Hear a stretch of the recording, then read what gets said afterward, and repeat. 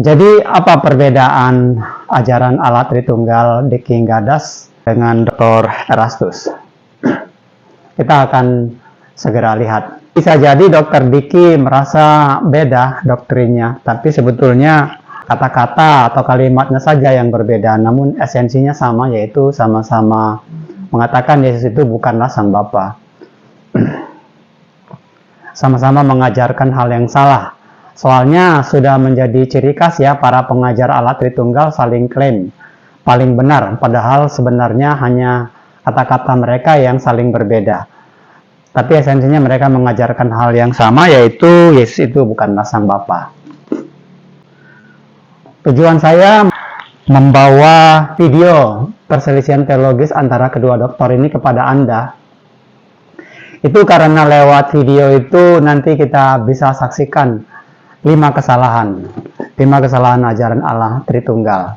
Dan kesalahan itu akan membuat Anda jadi mengerti kenapa saya menulis buku Meretas Belenggu Kegagalan Mengenal Yesus, dan kenapa Anda perlu membaca buku ini. Ini bukunya. Bila Anda membaca kitab Musa, Kejadian, Keluaran, Imamat, Bilangan, Ulangan, bagi pembaca awam memang yang terlihat semuanya adalah kisah legenda perjalanan dari orang Israel menuju ke tanah perjanjian.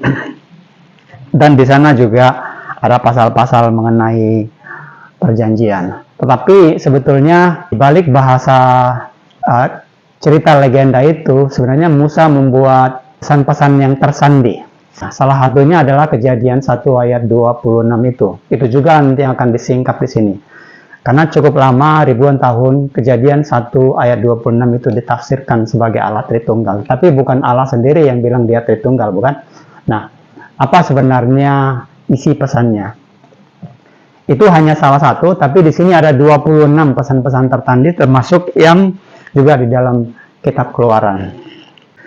Dan alasan saya menulis buku ini memberitahu bahwa ternyata melalui pesan tersandi itu saya mendapati bahwa Yesus itu adalah YHWH sendiri, yaitu Sang Allah, atau dia yang Anda sebut Sang Bapa itu sendiri, tapi Anda nggak kenal. Jadi buku ini pada dasarnya menolak doktrin saksi Yahova yang mengajarkan bahwa Yesus dan YHWH itu adalah dua pribadi, dan juga tentunya menolak ajaran Allah Tritunggal yang mengajarkan bahwa Yesus itu adalah pribadi kedua dari 3 pribadi Allah. Mungkin Anda belum tahu, tapi saya mau kasih analogi sedikit bahwa doktrin itu kan ibarat mangkuk berisi makanan atau minuman. Para teolog dan para pengajar itu adalah yang bekerja merumuskan dan menformulasi apa yang disampaikan, diajarkan kepada kita ke dalam mangkuk pengajaran itu. Jadi apa yang kita makan dari mangkuk itu, itulah isi perut kita, dan itulah isi iman kita. Tetapi kita sudah tahu bahwa Yesus mengingatkan kita, itu seperti dikatakan di Matius 7:21, banyak orang beriman akan ditolak. Itulah sebabnya kita perlu belajar dari Musa.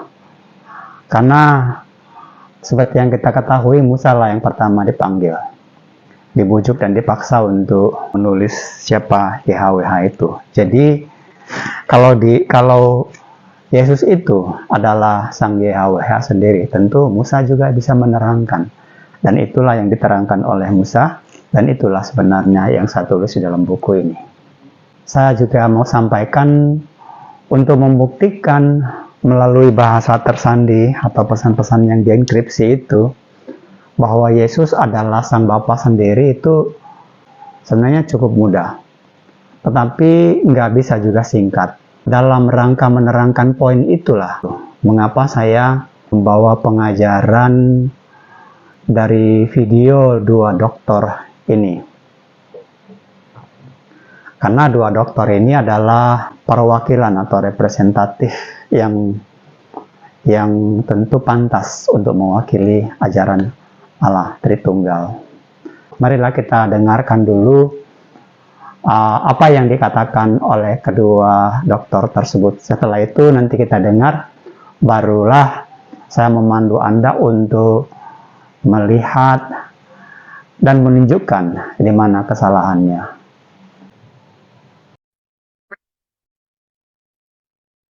Baiklah, saudara, mari kita dengarkan dulu penuturan dari Dr. Diki Ngadas tentang permasalahan yang mau direview dari Dr. Erastus.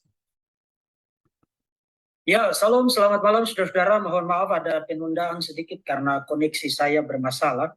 Baru saja dibenarin. Oke, saudara-saudara, malam ini kita akan bahas tentang isu yang lagi beredar luas saat ini. Lagi viral ya. Tapi saya membahas ini bukan karena ini viral ya. Saya bukan orang yang suka menggoreng isu-isu yang hanya karena viral. Lalu saya bahas ya. Tapi ini memang satu isu yang fundamental dan kita perlu melihat isu ini secara teliti, secara saksama, dan berupaya untuk seadil mungkin, se-fair mungkin, mempresentasikan bukti-bukti yang ada, sehingga kita tidak dituduh memotong atau membuntungi bukti-bukti yang ada lalu di framing, mengatakan sesuatu yang lain, padahal sebenarnya pihak yang bersangkutan tidak bermaksud begitu. Nah, akan saya buktikan malam ini. Jadi kita akan membahas tentang pandangan Dr. Erastus Sabdono bahwa Yesus itu bukan Yahweh ya, karena kalau saudara mengatakan Yesus bukan Tuhan, itu disangkal oleh pendeta Erastus Sabdono, dia percaya Yesus Tuhan. Tapi Tuhan bukan dalam pengertian Yahweh, itu saya kira sangat jelas. Pendeta Erastus tidak dapat menyangkal deskripsi atau gambaran mengenai posisinya. Jadi Yesus itu bukan Yahweh. Yang Yahweh itu adalah Bapa, tapi Yesus bukan Yahweh. Tapi Yesus dapat mengerjakan pekerjaan-pekerjaan yang besar, termasuk menjalankan tugas penebusan, tugas penyelamatan, karena Yahweh yaitu Bapa berdiam di dalam Yesus. Nah, nanti kita akan lihat bukti-buktinya, tapi saudara-saudara, sebelum saya mulai, saya ingatkan sekali lagi, gunakan kolom komentar secara bijaksana. Jangan menyerang personal, jangan berkomentar yang menghujat iman Kristen dalam doktrin apa saja. Kalau saudara melakukan komentar-komentar yang demikian, para admin akan segera memblokir saudara dari channel ini. Saya selalu katakan bahwa kita harus menggunakan internet secara sehat ya.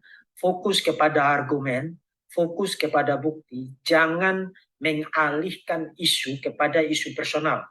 Kalau saudara berkomentar yang menyerang personal, itu saudara sedang membuat pengalihan ya, mengalihkan sesuatu yang fokusnya kepada bukti dan argumen, mengalihkan itu kepada person, itu sesuatu yang tidak dapat dibenarkan ya. Oke, dengan demikian, kalau saudara nanti ada pertanyaan atau ada komentar dan lain sebagainya, simpan itu sampai saya menyelesaikan presentasi saya. Nah, terkait dengan judul ini saudara-saudara, saya sudah siapkan materi dalam bentuk PowerPoint, tapi saya ingin mulai dengan menampilkan lagi potongan video yang beredar terkait dengan pernyataan-pernyataan Dr. Erastus Sabdono. Nanti saya akan kasih komentar. Saudara jangan langsung antenanya berdiri dulu. Itu potongan, itu dipotong out of context. Saya ngerti konteksnya dan akan saya buktikan dari konteksnya. Tapi kita perlu mulai dari potongan video yang beredar sangat viral itu. Kanan yang maha besar di tempat yang tinggi. Saudara, saya bicara sudah pelan-pelan nih, masih nggak tahu, nggak ngerti saya. Ya. Juru selamat itu Allah, Yahweh, bukan Yesus sebenarnya. Gembala yang baik itu Yahweh, bukan Yesus. Terang itu Yahweh, tetapi Yahweh berdiam di dalam diri Yesus dan melaksanakan pekerjaan. Makanya Yesus orang pertama yang berkata, akulah bait Allah. Allah diam di dalam aku. Nanti kalau Yesus naik ke surga, Yesus berkata, kamu jadi rumah Bapa, rumah Allah. Seperti Bapa mengutus aku mengutus kamu. Oke, saudara, kalau saudara dengar potongan video tadi memang memberi kesan Pendeta Erastus mengatakan Yesus bukan juru selamat dan Yesus bukan terang dunia, yang juru selamat adalah Yahweh yaitu Bapa, dan yang terang dunia adalah Yahweh yaitu Bapa. Termasuk juga dia ada komentar tentang Yesus sebagai gembala ya. Jadi Yesus bukan gembala yang sebenarnya. Yesus bukan gembala agung. Gembala agung yang sebenarnya adalah Bapa. Kalau saudara dengar hanya potongan itu, memang kesan itulah yang saudara dapatkan. Dan itulah saatnya kita perlu dengar dulu klarifikasi. Ini klarifikasi ini karena ini dimaksudkan hanya untuk komentari. Jadi tentu kita tidak akan tampilkan semuanya ya. Klarifikasi dari Dr. Erastus Sabdono. Mari kita lihat bersama. Kesempatan ini, karena di luar sudah ramai sekali ini saudara. Ya, sudah terus kami ini kan punya kumpulan juga pendeta-pendeta yang sudah beredar ya. Pendeta Erastus tidak mengakui Yesus juru selamat. Itu jahat sekali, saya nggak ngerti. Mosok kita nggak mengakui Yesus juru selamat? Ya, hanya memotong, melepaskan dari konteks luarnya. Aduh, saudara. Kalau saudara melihat media sosial, saya tidak melihat, saya hanya ditunjuk, ya orang menunjukkan itu. Sekarang udah lagi rame ya, saudara. Aduh, saya nggak paham kenapa orang begitu, ya saudara. Ya, aduh, nggak paham saya. Mosok kita nggak percaya Yesus itu juru selamat? Semua itu tidak benar, tidak benar. Ya, oke, saudara, itu adalah klarifikasi dari Dr. Erastus Sabdono. Nah, kalau saudara bandingkan apa yang dinyatakan Dr. Erastus Sabdono pada potongan video yang pertama, lalu bandingkan itu dengan isi klarifikasinya. Pendeta Erastus Sabdono memang memberi kesan bahwa dia sebenarnya mengakui Yesus itu juru selamat, mengakui Yesus itu Tuhan. Jadi sepertinya itu membereskan isu yang di blow up pada potongan video yang tadi. Saudara-saudara, saya bukan orang yang suka cari-cari masalah. Saya banyak orang itu menantang-nantang saya untuk debat, tapi saya lihat orangnya. Kalau orangnya tidak terlalu, artinya orangnya saya tidak anggap representatif, termasuk punya kemampuan untuk berdialog secara baik dengan sumber-sumber referensi-referensi yang dapat dipercaya dan lain sebagainya. Biasanya itu saya abaikan. Artinya ini tidak dimaksudkan karena ingin mencari-cari alasan untuk menyerang Dr. Erastus Sabdono.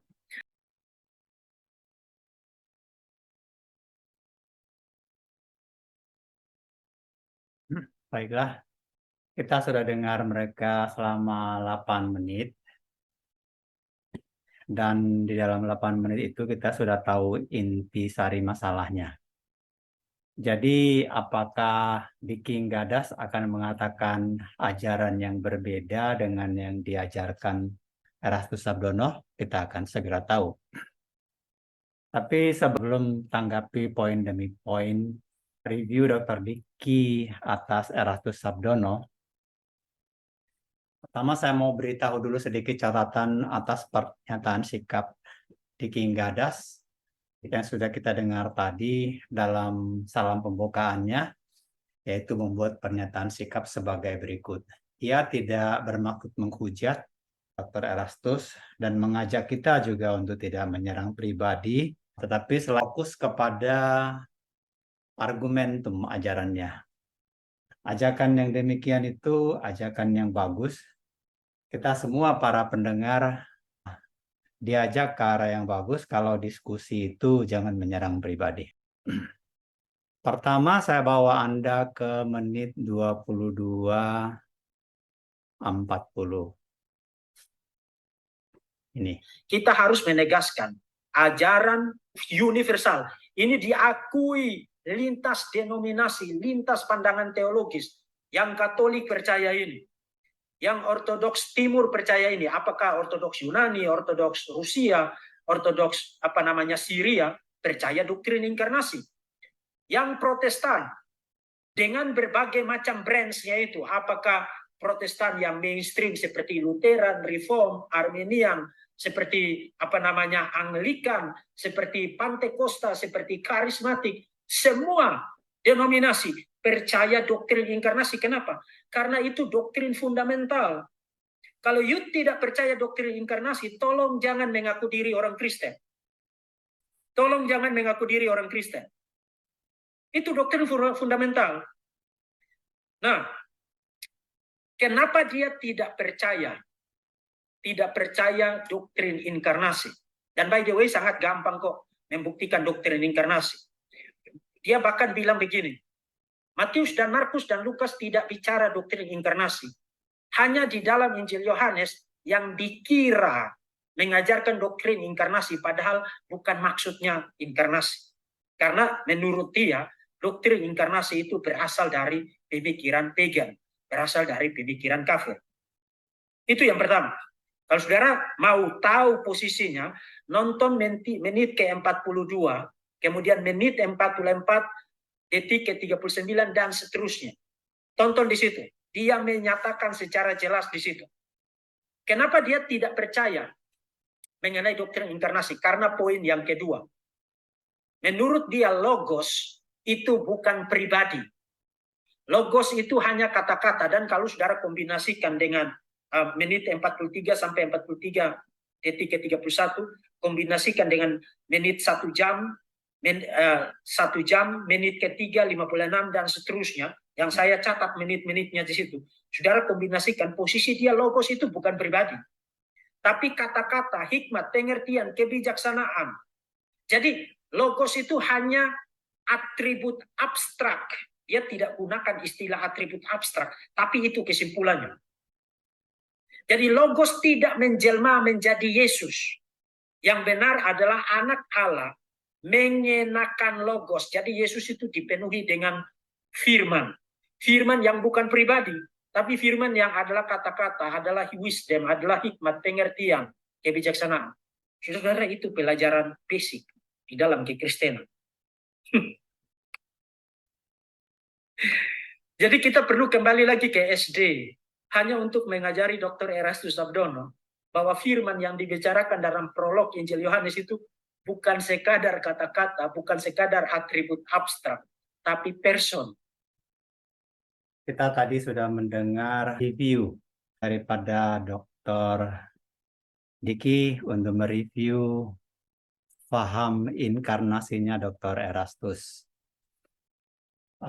Dia bicara dua hal di situ, yaitu inkarnasi dan logos. Tentang logos nanti saya akan bicara tanggapi pada satu sesi terpisah. Tapi sekarang saya tanggapi dulu kepada soal inkarnasi.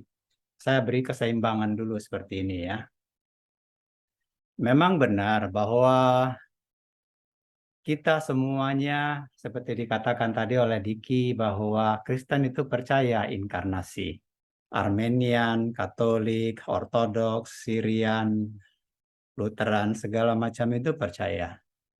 Tentu tidak kecuali Dr. Erastus juga percaya. Hanya pendapat Dr. Diki terasa nggak seimbang, jadi saya seimbangkan. Sebenarnya, kalau kita jujur mengakui bahwa di Alkitab memang tidak menjelaskan inkarnasi seperti apa. Karena tidak ada tertulis di Alkitab, maka timbul tafsir. Jadi semua pendapat Kristen yang berpanjang-panjang mengenai inkarnasi itu adalah tafsir. Saya bisa memberikan masukan begini. Jangankan dengan Erastus yang beda denominasi dengan Diki Gadas. Barangkali di dalam lingkungan satu alirannya Dr. Diki juga kalau berbicara tentang inkarnasi akan ada perbedaan faham. Apalagi kalau berbicara antar denominasi. Kalau kita misalnya perhadapkan 8 guru atau 8 pengajar dari 8 denominasi, ada pasti warna perbedaannya. Maksud saya di sini, Dr. Erastus kan belajar di kampus yang berbeda alirannya. Diki belajar di kampus yang berbeda. Jadi maksud saya kalau ada perbedaan tafsir itu normal. Beda denominasi apalagi. Tapi sekarang begini, taruhlah tafsir versi aliran Diki ini yang benar, yaitu Sang YHWH berinkarnasi jadi Yesus. Oke, seperti itu kita memahaminya, kita pahami, ikuti dia. Tapi ujungnya Diki Gadas tidak akan mengaku juga bahwa Yesus itu Bapa. Jadi ujungnya keduanya mereka sama. Erastus tidak mengakui bahwa Yesus itu Sang Bapa. Dalam koridor Allah Tritunggal ini tidak salah, karena memang kan dua pribadi. Dan toh di King Gadas juga akan sampai di sana. Yesus bukan Bapa, Bapa bukan Yesus. Allah bukan Putra, Putra bukan Allah. Itulah iman Allah Tritunggal. Yang menjadi catatan saya adalah di menit ke-25-46 sebenarnya telah terjadi serangan pribadi, di mana Dr. Diki dengan tertawa mengatakan begini, hehehe, ternyata kita harus masih mengajarkan pelajaran basic, artinya SD kepada seorang dokter, Sabdono. Nah, ini pernyataan yang sifatnya menyerang pribadi. Harusnya dia mengerti bahwa kalau beda sekolahnya, tentu beda input dan beda juga output teologisnya. Saya sudah terangkan tadi di atas. Jadi tertawa seperti itu merendahkan. Karena sebenarnya ini tidak ada kaitan dengan intelijensia Dr. Erastus. Dia berpendapat demikian bukan karena tidak paham pelajaran SD, tapi memang dalam pelajaran teologinya dan dalam proses pengembangan penafsiran pribadinya ya seperti itu. So, sudah melanggar ya satu kali. Sekarang kita dengar lagi dulu lanjutannya. Karena saya melihat serangan itu dua kali. Jadi kita dengar nih lagi.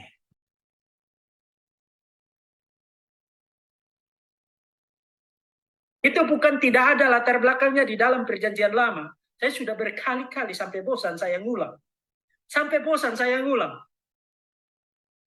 Teofani di dalam perjanjian lama ketika Yahweh menampakkan diri, penampakan diri Tuhan itu, teofani itu disebut dafar Yahweh. Jadi yang menampakkan diri adalah dafar Yahweh, artinya dafar Yahweh yang menampakkan diri, misalnya kepada Abraham, misalnya kepada Samuel, misalnya kepada Yeremia. Dafar Yahweh yang menampakkan diri itu disebut dafar Yahweh, tapi yang menampakkan diri itu person. Jadi dafar Yahweh itu adalah sebutan pengganti untuk pribadi Yahweh yang menampakkan diri. Itu latar belakang dari logos di dalam prolog Injil Yohanes. Tapi sayang sekali kita harus kembali lagi kepada basic semacam ini untuk menjelaskan kepada Pak Dr. Erastus Sabdono ya. Ya, saya melihat serangan itu dua kali, harusnya kan fokus kepada argumentum saja. Katakan saja ini salah, inilah yang benar. Saya sendiri ingin mengomentari inkarnasi. Bagi saya, kalau saya mengatakan ini pasti nyata perbedaannya. Yesus itu adalah Sang Bapa atau Sang Allah, atau dia yang saya sebut Bapa atau Sang Allah tanpa saya kenal, telah menjadi manusia. Jadi bagi saya Yesus itu memang Bapa sendiri. Jadi yang saya puji, saya muliakan ketika saya memanggil Bapa ya Yesus. Yesus itu bagi saya adalah Bapa. Jadi perbedaan teologis di sini yang saya lihat adalah hanya perbedaan kata-kata. Jadi antara Erastus dan Diki hanya perbedaan kata-kata, tetapi pada esensinya mengatakan mereka adalah sama. Sama-sama tidak mengakui bahwa Yesus itu adalah Sang Bapa sendiri. Tetapi bagi saya yang menulis buku Meretas Belenggu Kegagalan Mengenal Yesus, karena itu adalah salah satu pesantren kripsi dalam kitab Musa, telah menuliskannya dengan jelas. Anda perlu baca buku ini. Baik, lebih banyak nanti kita akan melihat lagi Saya cukupkan komentarnya di situ. Mari kita dengar lagi apa kata Dr. Diki tentang ajaran sesat. Saya bawa Anda ke menit 26 ayat 4.41. Jadi kepada basic semacam ini untuk menjelaskan kepada Pak Dr. Erastus Sabdono ya.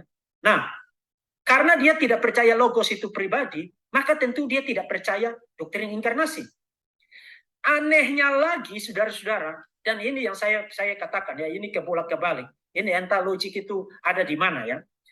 Setelah dia menegaskan berkali-kali bahwa logos itu bukan pribadi, mendadak kalau saudara nonton menit ke-43, detik ke-16, termasuk dia ulangi lagi ke 1 jam ya, 1 jam 00.08 dan seterusnya.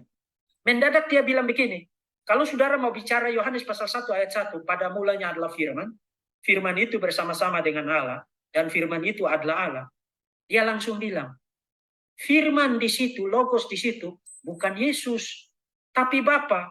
Nah, saudara nangkep enggak kenapa ini sangat luar biasa amburadul? Tadi bilang logos itu kata-kata, logos itu hikmat, logos itu wisdom, logos itu kebijaksanaan, logos itu pengertian, artinya atribut abstrak, bukan pribadi.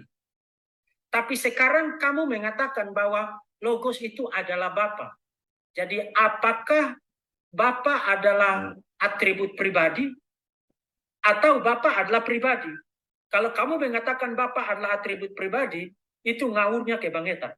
Kalau kamu mengatakan Bapa itu pribadi, sekarang kamu berkontradiksi dengan dirimu sendiri, karena tadi kamu mengatakan bahwa logos itu bukan pribadi. Saudara lihat, selalu ada masalah logik ketika orang mengajarkan ajaran-ajaran yang nyeleneh. Always, selalu ada masalah logik. Orang akan selalu self-defeating, selalu self-contradictory, self-refuting, menolak dirinya sendiri. Always, ajaran sesat manapun ketika diajarkan, saudara kalau cermati baik-baik antara premis yang satu dengan premis yang lain, itu akan saling bertabrakan.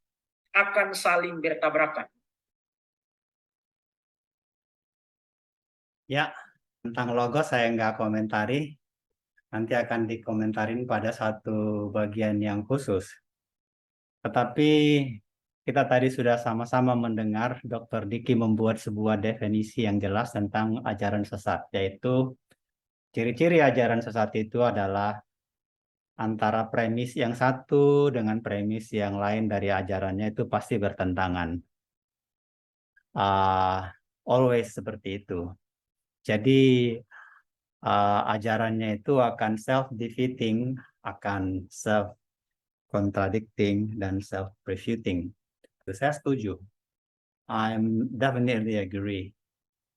Jadi karena itu marilah kita pakai untuk seterusnya sebagai menentukan ajaran sesat. Dan begini, dengan definisi itu sebenarnya Allah Tritunggal yang diajarkan oleh Diki tadi yang kita sudah dengar itu pun sebenarnya sesat. Kenapa? Dia bilang kan Yesus itu juru selamat sejati. Kenapa? Karena Yahweh lah yang menjelma menjadi manusia. Oke, kita sepakati dulu itu. Tetapi pada ujungnya kan dia self-contradicting. Karena ketika kita berbicara siapakah Yesus, apakah Yesus itu Bapa, apakah Bapa itu adalah Yesus, pastinya Diki juga akan mengatakan Yesus itu adalah pribadi yang berbeda dengan Bapa, karena pribadi yang kedua itulah yang menjelma jadi manusia. Jadi kalau begitu, sebenarnya ajaran dari Dr. Diki dengan Dr. Erastus hanya beda kata-kata. Itulah kesimpulan akhirnya.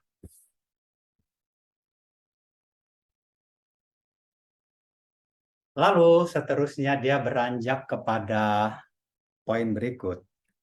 Dia mulai membawa referensi yang banyak untuk mereview, membuktikan bahwa ajaran dari Erastus itu salah. Dan di dalam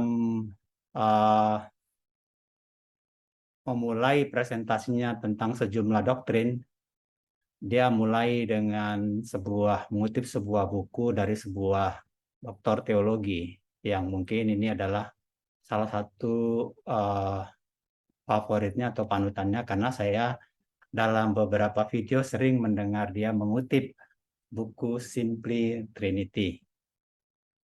Saudara, sebelum saya fokus kepada doktrin perikoresis yang relevan dengan salah satu poin dari Dr. Erastus Sabdono, mari kita lihat apa yang dikatakan oleh seorang teolog yang saya sudah kutip beberapa kali bagi saudara, ya, Profesor Matthew Barrett dalam buku Simply Trinity. Jadi dia menjelaskan tentang sebenarnya ajaran sesat itu apa.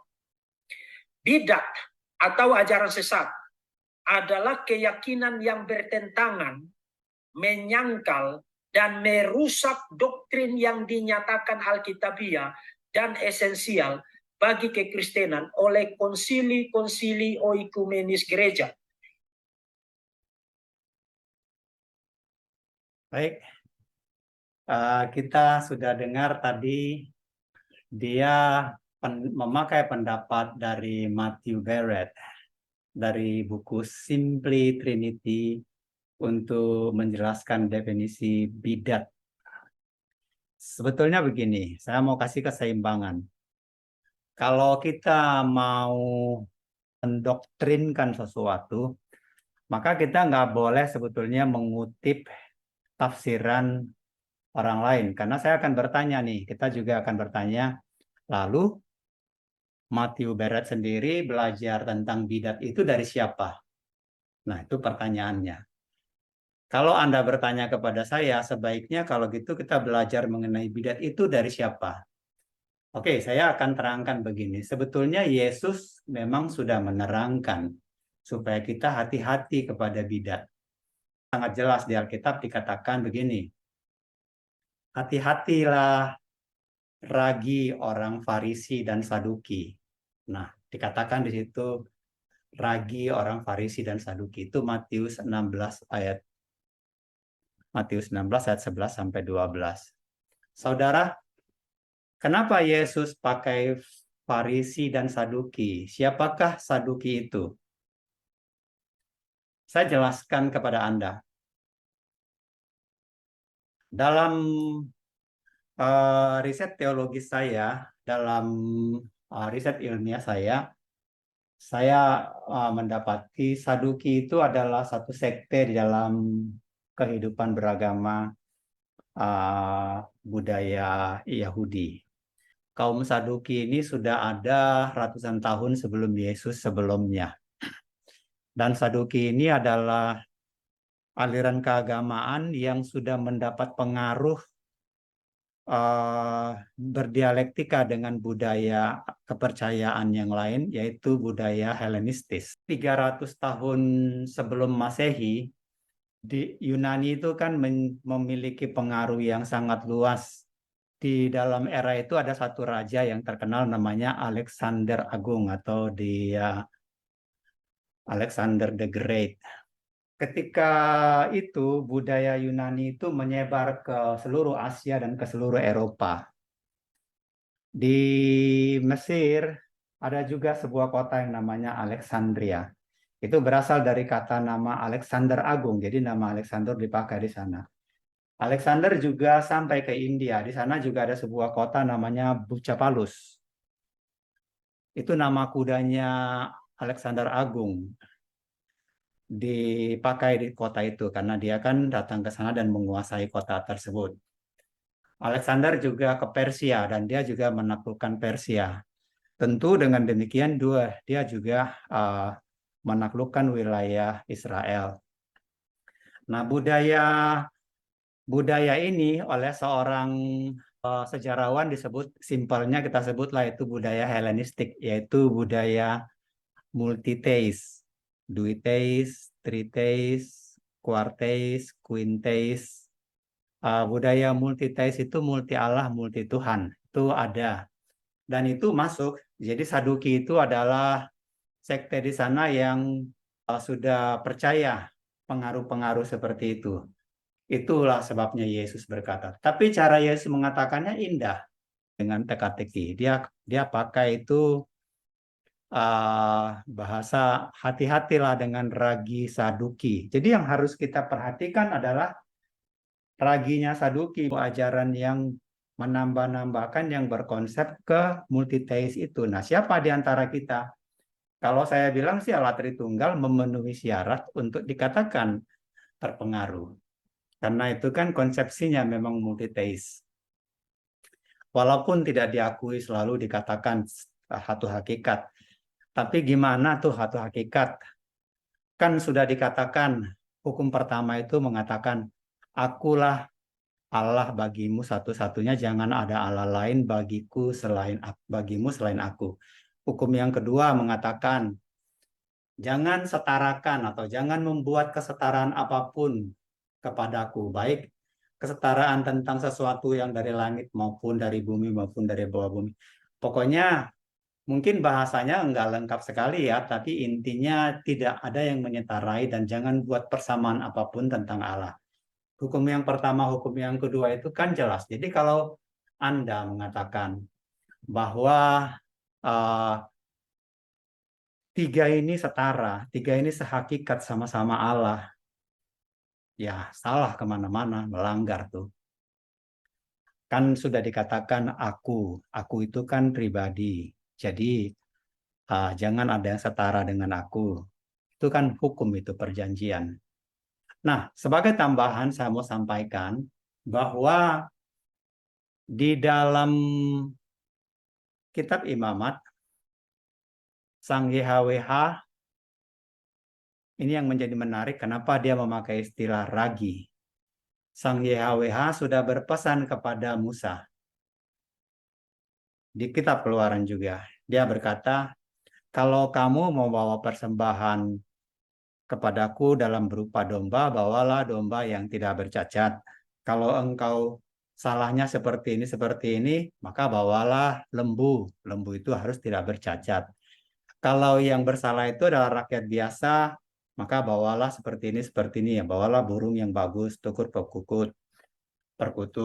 Kalau misalnya kamu mau membawa korban bakaran berupa roti-roti, bawalah roti yang tidak ada raginya. Jadi sebenarnya ini bahasa tersandi yang kalau saya ingatkan mungkin Anda juga pernah menemu sebuah teka-teki, tapi Anda mungkin nggak mengerti teka-teki itu apa, di Kejadian 40. Di sana dijelaskan ada dua orang, juru atau pejabat kerajaan, yaitu pejabat juru minum dan pejabat juru roti. Mereka ini dua-dua bersalah. Karena bersalah maka dikirim ke penjara. Di penjara ketemu sama Yusuf yang kebetulan juga di penjara. Biasa-biasanya kalau para pengkhotbah menemukan ayat itu yang dibicarakan memang selalu Yusuf. Pesan moral tentang Yusuf adalah supaya kita setia, bersih, menjaga diri, kudus, dan sebagainya. Kurang lebih begitu itu teologi etikanya. Sehingga Allah suka kepada kita, nanti kita dikaruniai dan sebagainya. Tetapi ada satu pesan tersandi di sana yang tidak pernah dibahas. Dan kalaupun dibahas kemudian penuh dengan tafsiran, bukan dengan bahasa, diselesaikan dengan bahasa tertulisnya. Dikatakan di sana bahwa mereka sama-sama mimpi. Dan di ujung mimpinya dikatakan juru roti itu akan mati, juru minum akan dibiarkan hidup oleh raja nih, sang raja. Nah, yang menjadi pertanyaan adalah kenapa juru roti itu mati? Kenapa juru minum itu dibiarkan hidup? Dalam konteks pesan tersandi, Anda harus tahu bahwa ketika pelajaran itu dibuat, itu bukan sebuah cerita sambil lalu aja, tapi memang sengaja dirancang Musa. Jadi di sana diterangkan bahwa katakanlah misalnya Raja Firaun itulah raja sang diraja. Lalu Ini adalah kedua pengajar nih, kedua imam nih. Satu imam juru roti, ini imam juru minum. Kan kita sama-sama tahu bahwa roti itu adalah tubuh Yesus, minuman anggur itu adalah darah Yesus. Jadi ini sebenarnya tentang pengajaran ini. Lalu dijelaskan di dalam pengajaran tersandi itu bahwa juru roti mati. Nah, kalau kepada biasa-biasanya, kenapa juru roti mati? Biasa-biasanya sih para pengajar akan mengatakan juru roti itu mati karena nggak jujur, karena malas, karena korupsi, karena bikin roti yang nggak enak. Ya, seperti itu. Tapi kan di dalam Alkitab di Kejadian 40 itu tidak ada tertulis seperti itu. Jadi kalau ada yang berpendapat begitu, itu namanya tafsir. Terus katakan juru minum itu selamat karena rajin, karena baik, memberi yang berkualitas. Ya kira-kira gitu, memberi yang terbaik. Bahasanya kita biasa-biasa itu kan soal yang terbaik kayak gitu. Jadi secara etik ya tafsir demikian boleh, tetapi pesan yang disandikannya bukan seperti itu. Di dalam tersandi yang lain dijelaskan begini sebenarnya cara menjawabnya. Itulah sebabnya nanti Anda perlu membeli buku ini ya, buku Meretas Belenggu Kegagalan Mengenal Yesus. Ada buku karena di sini ada 26 pesan-pesan tersandi. Setelah saya bukakan semuanya yang akan menolong Anda memahami pesan-pesan yang belum pernah Anda dengar sebelumnya dikhotbahkan. Oke, di situ dikatakan bahwa artinya adalah kalau Anda beriman seperti juru roti, maka Anda akan mati. Tapi kalau Anda beriman kepada Allah seperti juru minum, maka Anda akan selamat. Jadi milikilah iman seperti juru minum, dan jangan seperti juru roti. Nah, iman apakah iman juru roti itu? Dikatakan di situ bahwa si juru roti ini datang kepada raja, membawa bakul 3 di atas kepala. 3 nih, 3. Bukan 1, bukan 2, bukan 3. 3 bakul. Dia bawa nih di atas kepala. Dan di atas bakul ini ada berbagai makanan. Dikatakan di sana ada berbagai makanan. Nah, di dalam imamat kan sudah dikatakan kalau datang kepada raja itu, raja di raja, maksudnya kepada Tuhan, datanglah dengan roti tanpa ragi.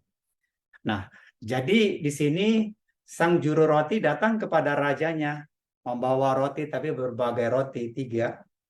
Nah, padahal dalam Ekaristi kita tahu itu kan memang kita makan roti itu. Dalam bakulnya itu kan rotinya tanpa ragi itu. Nah, dalam roti yang banyak ini tentu ada roti mungkin ya. Pokoknya banyak roti, tapi di sini kita boleh sedikit berandai. Mungkin roti kacang, mungkin roti daging sapi abon, mungkin roti keju, mungkin seperti itu, tapi yang jelas banyak roti. Nah, itu mengenai apa, saudara? Itu adalah tentang pengajaran yang dicampur-campur, karena roti adalah juga makanan rohani. Jadi di situ maksudnya adalah ketika Anda mengajarkan sesuatu tentang keselamatan itu, jangan ajarkan sesuatu pun yang mencampur-campurkan keselamatan seolah-olah tanpa Bapa, tanpa yang lain-lain, Yesus tidak bisa selamat. Karena apa yang kita katakan Bapa, Allah, dan sebagainya itu bukan pribadi, karena pribadi itu sebenarnya Yesus. Jadi Bapa itu Yesus, Allah itu Yesus, Gembala itu Yesus, semuanya pribadinya cuma satu, yaitu Yesus.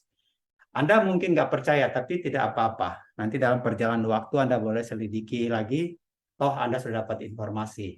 Dan supaya lebih baik, sebaiknya Anda beli buku ini. Anda cari di toko buku Immanuel.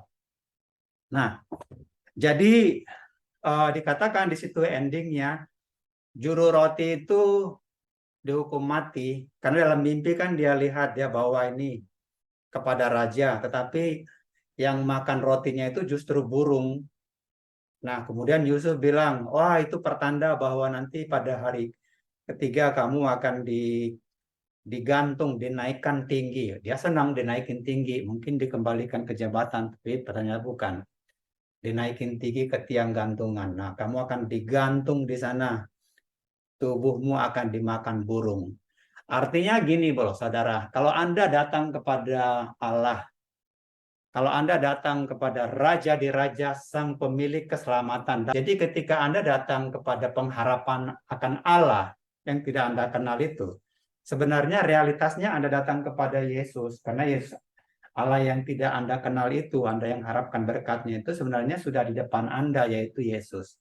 Jadi, nah kalau Anda mengajarkan ajaran-ajaran yang seperti itu, ajaran Allah Tritunggal, saya sih melihatnya sangat secara langsung, direct to the point, bahwa itulah yang dimaksud.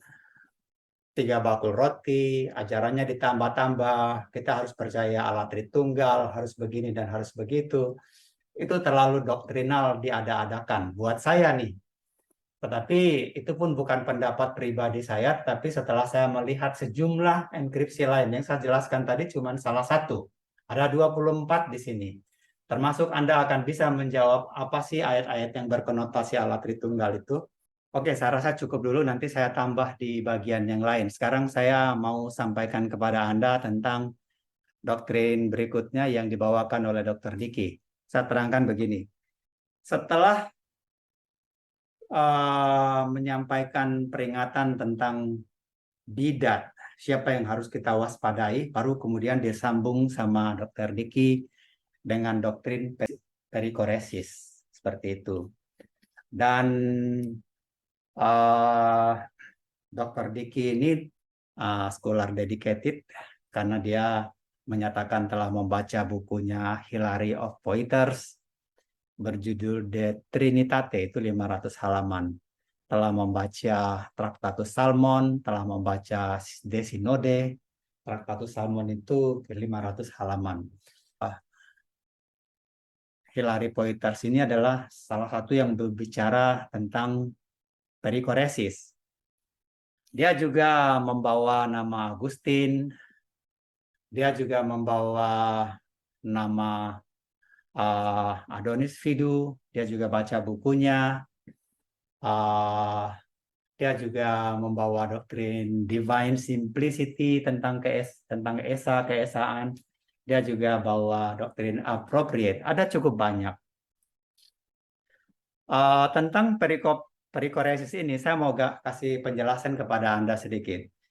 Doktrin perikoresis ini sebenarnya doktrin biasa-biasa saja. Ini kan tafsir-tafsir yang dibuat untuk menafsirkan isi Yohanes, kitab Yohanes pasal 10, yaitu akulah sang gembala yang baik, kalau mau masuk ke domba akulah pintunya, melihat aku melihat Bapa, Bapa dalam aku dalam Bapa. Itu Yohanes pasal 10 itu. Dalam riset saya menunjukkan Gregory Nazianzus ini adalah yang pertama memakai istilah perikoresis itu. Dia ini kelahiran Kapadokia tahun 380. Jadi isinya adalah sama seperti Bapa adalah roh, maka anak juga adalah roh. Sama seperti Bapa adalah Allah, maka anak adalah Allah. Sama seperti Bapa adalah terang, maka anak juga adalah terang. Oke. Tetapi ada yang tidak diakui di situ. Tidak dikatakan Bapa adalah anak, anak adalah Bapa. Jadi dalam pendapat saya sebetulnya jadi nggak berguna, sudah baca panjang, sudah bicara, menjelaskan panjang, pada akhirnya tidak membawa sesuatu yang baru kepada Dr. Erastus. Tidak mengatakan sesuatu yang berbeda dengan Erastus. Karena pada akhirnya setelah baca buku ini, baca buku ini, baca buku ini, baca buku ini, baca buku ini, persis seperti kata Yesus, kamu udah baca semua kitab kok, udah baca semua, tapi kamu nggak mau datang kepadaku. Jadi pada intinya sebenarnya setelah baca semua itu, tetap juga pada ujungnya doktrin ini Tritunggal tidak mau menjadikan Yesus sebagai Bapaknya. Jadi Yesus bukan Bapa. Nah, apa dong perbedaannya dengan ajaran Erastus? Mudah-mudahan Dr. Erastus mendengar ini, sehingga bisa mungkin satu waktu saya berdiskusi dengan dia, atau saya kirimin beliau bukunya untuk belajar tentang poin yang saya katakan tadi. Tetapi saya di sini garisnya untuk hanya mengatakan bahwa ternyata setelah panjang menjelaskan, kemudian menjelek-jelekan, bahwa ternyata ajaran Dr. Diki dengan Dr. Erastus cuma beda kata, beda kalimat, tapi esensinya itu sama-sama mengingkari, atau katakanlah mungkin saya pakai kata mengingkari itu kekejaman, terlalu kejam ya. Pokoknya menolak, tidak mengakui Yesus itu bukan Bapa. Doktrinnya sangat jelas. Bapa bukan Putra, Putra bukan Roh Kudus. Bapa itu bukan Yesus, Yesus bukan Bapa. Memang beda pangkatnya. Kalau mau dibuat setara-setara seperti apapun esensinya, ya dalam kata-kata sih, dalam elaborasi bisa saja dicoba disama-samakan. Tapi kan secara akademis kita tahu apa arti Bapa, apa arti anak. Jadi kesimpulannya sebetulnya buku-buku itu nggak perlu dibawa, karena toh Erastus tidak membuat pendapat berdasarkan referensi A. Dia menerjemahkan isi Alkitab. Alkitab berkata memang Bapa di dalam aku. Jadi pernyataan Erastus masih dalam koridor Allah Tritunggal dan boleh dikatakan masih Alkitab. Tapi yang teka-tekinya, versi teka-tekinya, nah mudah-mudahan nanti Dr. Erastus tahu jawaban dari teka-teki itu. Karena kan Yesus sudah bilang, pada saat aku di bumi ini, aku bicara pakai teka-teki. Tapi satu waktu nanti aku akan bicara terus terang. Kan Yesus sendiri sudah mengaku bahwa dia berteka-teki. Oke, penawaran saya kepada Anda yang mendengar penjelasan ini begini. Siapa yang bisa menjelaskan isi pasal 10 dari Yohanes itu? Saya kasih Anda analogi. Saya ini orang Indonesia, Anda orang Indonesia.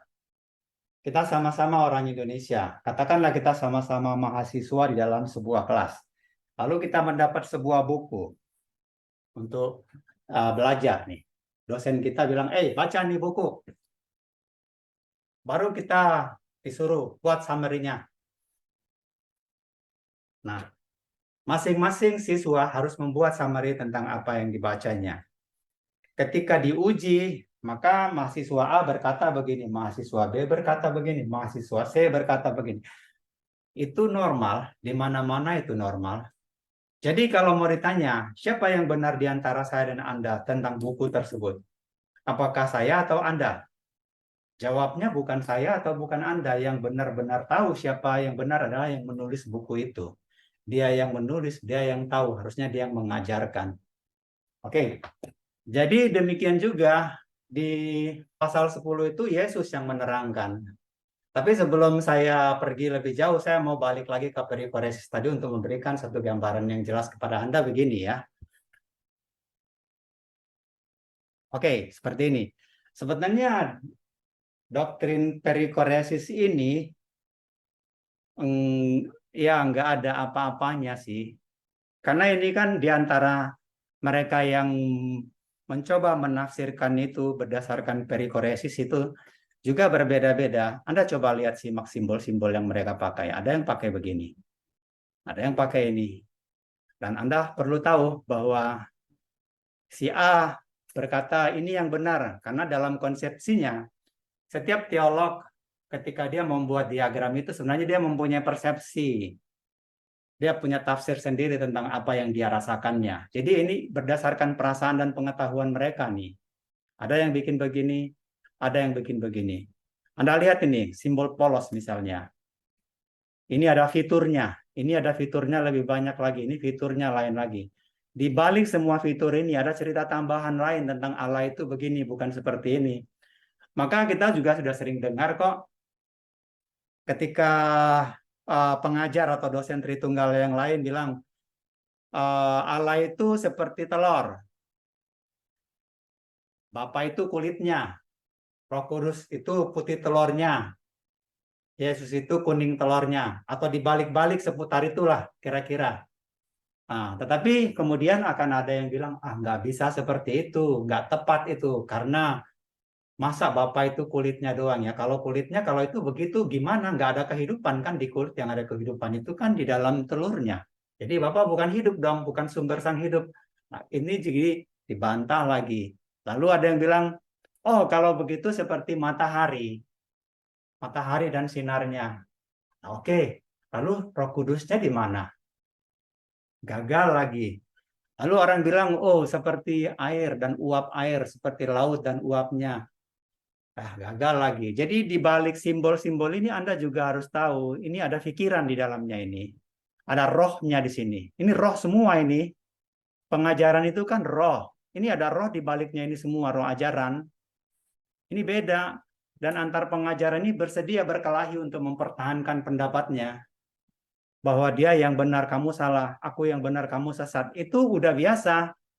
Jadi sebetulnya saya mengatakan kepada pendengar saya nih, kepada para teman-teman diskusi saya di luar, ini bukan sesuatu yang mengikat kita apapun, kita hanya terikat kepada apa yang dikatakan Yesus. Yesus bilang, kalau mau tahu tentang aku, maka pergi ke kitab Musa, karena Musa telah menulis aku. Yang ditulis Musa itu adalah aku. Ini yang harus kita hormati. Yang dipanggil YHWH, dipaksa lagi, dibujuk lagi, disertai lagi, itu Musa. Bukan siapapun yang lain, sasisus itu desas-desus ajaran mereka. Mereka itu berbicara tentang, ini minta maaf nih, mereka itu berbicara tentang yang sebenarnya dia tidak tahu. Jadi tafsiran dong. Tetapi kalau antara sang YHWH dengan Musa itu langsung hadapan muka.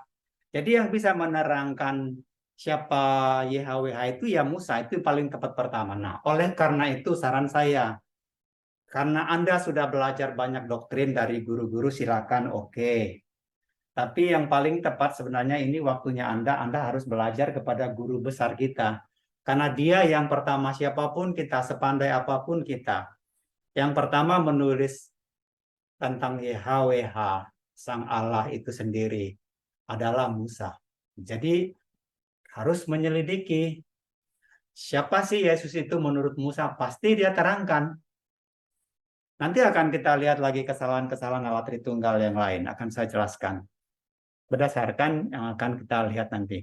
Oke, di bagian ini sudah clear ya. Jadi doktrin perikoresis oke lah sebagai untuk pelajar kita tahu, tapi kita jangan hidup untuk perikoresis dong. Yang benar adalah Yesus, itu dia. Nah, sekarang kesimpulan di sini adalah kalau mau belajar siapa bidat itu atau ajaran seperti apa yang kita mau waspadai itu, ingatlah pesan Yesus bahwa yang kita waspadai adalah ragi-ragi Saduki. Nah, tadi Anda sudah saya berikan satu kisi-kisi tentang Saduki itu seperti apa. Selebihnya Anda boleh riset. Anda boleh cari tahu.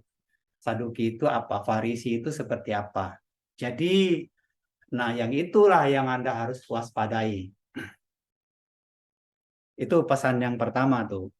Yang kedua, kalau Anda mau tahu tentang Sang Bapa, apakah Sang Bapa itu sendirikah yang menjadi manusia? Jadi apakah Yesus itu adalah dia, Sang Bapa yang disebut Allah atau Bapa yang Anda sebut Bapa tapi tidak Anda kenal. Anda sebut Allah tapi tidak Anda kenal. Apakah memang dia Bapa yang tidak kita kenal itulah yang menjelma menjadi manusia seutuhnya? Ya, hanya Musa yang bisa menjelaskan itu. Kalau saya sih sudah menemukan itu, yes. Jawabannya Yesus itu adalah Sang Bapa itu sendiri. Jadi berdasarkan definisi yang dibuat oleh Dr.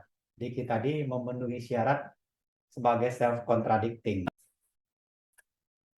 Baik, kita sekarang masuk ke, saya sebut ini sesi kedua. Sesi ini kita mau menguji sikap berdiskusi seperti yang dikatakan oleh Dr. Diki tadi.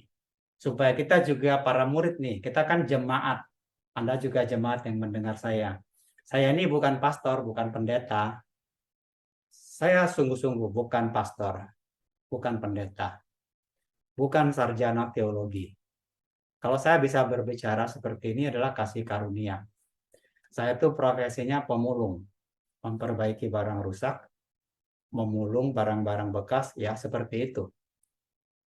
Oke, saya menilai dalam pendapat saya tuh ya, Dr. Diki Gadas sebenarnya gagal memenuhi komitmen tidak menyerang pribadi. Dia tidak fokus kepada argumentum. Itu menjadi catatannya saya sebagai jemaat. Yang kedua, ini yang saya mau perdengarkan kepada Anda. Tadi saya baru teleponan dengan salah satu pendeta dari seorang pendeta yang sangat terkenal ya. Kalau saya sebut namanya saudara pasti kenal. Sangat terkenal dari GBI ya. By the way, saya punya teman banyak orang GPDI, banyak orang Pentakosta, GPI ya, Gereja Pentakosta Indonesia, termasuk orang-orang GBI ya. Jadi kalau ada orang mengatakan Pak Diki itu anti karismatik, no, kamu salah. Kamu tidak kenal saya siapa. Saya tuh punya banyak teman-teman para pendeta yang hubungan kami itu sangat baik ya. Telepon saya dan beliau menyatakan, Pak Diki, gereja GBI menyatakan bahwa posisi Dr. Erastus Sabrono adalah posisi non-Kristen, tidak Kristen. Anda dengar? Jadi menurut Dr. Diki, ada pendeta terkenal, pejabat GBI, menelpon ke dia. Saya nggak memakai kata melapor ya, tapi bahkan hanya sekedar menelpon untuk memberitahu informasi seperti itu, rasanya janggal ya. Karena setahu saya GBI itu mengerti batas-batas denominasi, ada anggaran rumah tangganya juga yang kalau mereka itu punya problem pastinya menyelesaikan secara internal dulu. Tetapi mana tahu ketua GBI yang sekarang memang berbeda dengan yang kita pikir dalam anggaran dasar GBI. Jadi dia lebih suka melapor kepada yang lain daripada menyelesaikan seinternal supaya jemaat tahu aja juga. Itu yang pertama dari konsekuensi dari informasi yang seperti itu. Yang kedua, saya melihat sebenarnya dia memiliki dasar, memiliki delik pidana untuk mempidanakan pihak-pihak yang merugikannya di dalam polemik teologi tahun lalu ketika dia mengatakan Allah minor. Di mana salahnya? Ya, kalau Anda nanti ditanya Allah Tritunggal yang lain, memang mereka akan mengatakan yang berbeda, kata-katanya yang berbeda. Tapi esensinya akan mengatakan bahwa Yesus bukan Bapa. Nah, bedanya di mana kalau begitu? Kalau Erastus pakai minor, ini Allah mayor. Terus esensi salahnya di mana? Kan seperti itu. Nah, kalau nggak salah di pengadilan itu orang kan bisa dituntut kalau ternyata juga harus mengatakan yang sama.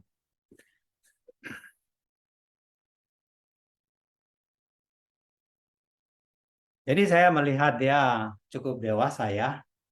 Dia menerima teguran. Di dalam video masih saya lihat ada orang mengatakan, oh ya sudah ditegur. Ya, that's great. Itu penyelesaian internal. Yang kedua ini begini. Tapi yang kedua ini sebenarnya eskalasinya meninggi. Ini bisa masuk ke pencemaran nama baik. Katakanlah misalnya seperti itu benar. Apa alasannya ketua GBI mengeluarkan atau dia menyatakan Erastus bukan Kristen? Emang Kristen itu merek paten milik GBI atau milik Calvinis? Kristen itu kan kosakata milik kita bersama, jemaat yang mempercayai Kristus, walaupun kita versi kepercayaan kita kepada Kristus berbeda-beda. Tapi kita Kristen mengikuti Kristus dengan segala versinya. Jadi nggak ada yang bisa mengeluarkan kita dari Kristen, Pak Doktor. Mengeluarkan dari GBI mungkin bisa berdasarkan anggaran dasar dan anggaran rumah tangga. Tetapi kembali dia pun akan sulit kalau digugat nanti di pengadilan. Pengadilan jemaat, pengadilan sinode. Kalau kamu mau keluarkan saya, oke. Kalau gitu tolong ajarkan saya. Doktrin Allah Tritunggal itu seperti apa? Dia tanya, Yesus itu Bapa atau bukan? Nah kan berabe. Ketua GBI-nya juga akan kelepar-kelepar kan? Nggak akan bisa mengelak. Nah, kalau begitu kan merasa berbeda tapi cuma kata-kata yang berbeda, esensinya sama. Kok mesti diributin sih? Gitu ya. Tetapi saya tahu ini eskalasinya kalau misalnya Pak Erastus menggunakan haknya pasti begitu. Lalu ketua GBI yang dituntut itu, yang digugat itu kemudian akan menggugat Diki, Dr. Diki. Dia akan bilang, emang kapan saya ngomong ke kamu? Kapan saya bilang Erastus Sabdono keluar dari Kristen? Kan jadi repot. Seperti itu. Ada satu lagi yang kita mau lihat ya, di menit ke-52-44. Bertiga akan membuat tanggapan resmi dan tanggapan full. Kita akan lihat semua poin-poin di dalam pengajaran itu dan tanggapan full terhadap pengajaran itu. Dan saya katakan kepada baik Pendeta Ester Soro maupun kepada Pendeta Moriwali bahwa Dr. Erastus Sabdono ini mencampur adukan bidat-bidat yang macam-macam. Apolinarianisme, Nestorianisme, Arianisme, subordinisme. Mencampur adukannya lalu memasukkannya ke dalam satu mangkuk. Dan menyodorkannya kepada orang-orang Kristen. Dan kalau saudara tonton video itu, saudara-saudara, ini kalau saudara tonton video itu, setiap kali dia menekankan poin itu, setelah dia menekankan poin-poin itu, dia bertanya amin, dan jemaat menjawab amin. Kemudian dia suruh mereka untuk bertepuk tangan. Saudara amin untuk ajaran model begitu. Saudara bertepuk tangan untuk ajaran model begitu. Ini bukan hanya tentang Dr. Erastus Sabdono, tapi kekristenan yang universal, kekristenan yang baik Katolik, baik Ortodoks, baik Protestan, baik Karismatik, baik Pantekosta, semuanya terluka karena ajaran ini. Terluka karena ajaran ini. Oke. Ya, menurutnya terluka. Tapi kita sebagai jemaat menilainya, saya ini sebagai jemaat menilainya. Kira-kira dalam hati saya timbul pertanyaan begini. Apakah memang sudah ada sidang denominasi yang kemudian melalui sidang itu membuat pernyataan sikap terluka perasaannya? Bila bukan kan, jadi gayanya kan kayak kedengarannya seperti hiperbolik gitu. Tapi kita cukup di situ. Asama Tritunggal tidak usah saling menjelekkan, tetapi berproses saja di dalam untuk memformulasikannya. Cukuplah jemaat yang menilai, karena jemaat ini kan memang harus menilai.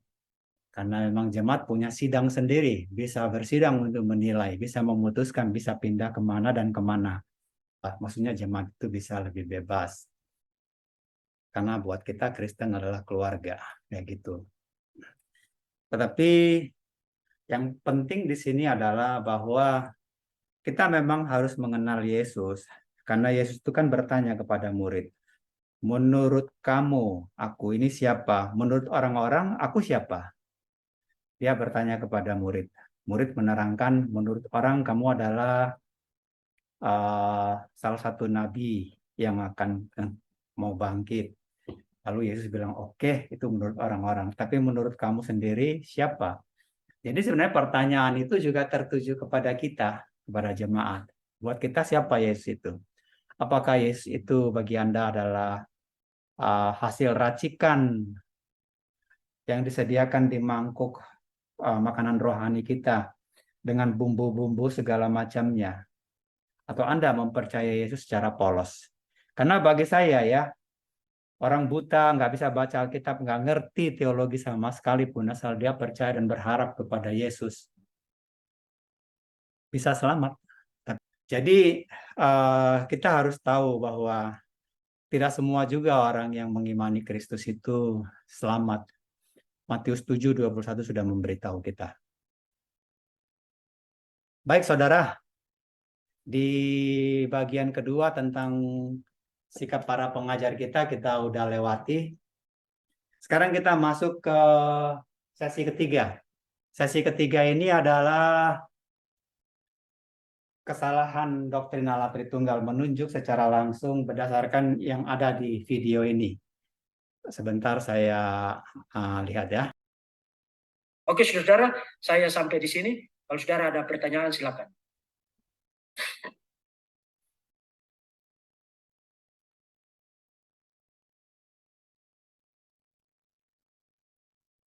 Allah Tritunggal bisa dijelaskan tapi tidak bisa dianalogikan. Ya, betul sekali. Saudara-saudara, tadi sebelum saya bikin sesi live ini, saya membaca lagi buku The Forgotten Trinity ya, yang ditulis oleh James White.